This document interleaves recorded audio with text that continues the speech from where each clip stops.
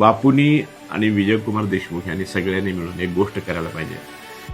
त्यांना लोकांनी जेवढ्या मोठ्या संख्येने निवडून दिलेलं आहे तेवढा न्याय त्यांनी महापालिकेला दिला पाहिजे आणि महापालिकेचा कारभार चांगला करून दाखवला पाहिजे. या दोघांच्या मतभेदामध्ये ते महापालिकेचा एवढा सोलापूरचा विकास पण मागच पडला होता. सोलापूर शहरामध्ये स्मार्ट सिटीतून झाल्या योजना, परंतु 5 वर्ष अंदाजपत्रकच नाही, सिटी बस नाही.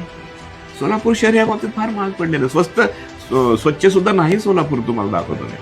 तर ह्या गोष्टीत नगरपालिकेची छोटी काम काय असतंय, लाईट, पाणी, वीज, रस्ते, स्वच्छता, ह्याच्यावर लक्ष द्यावं.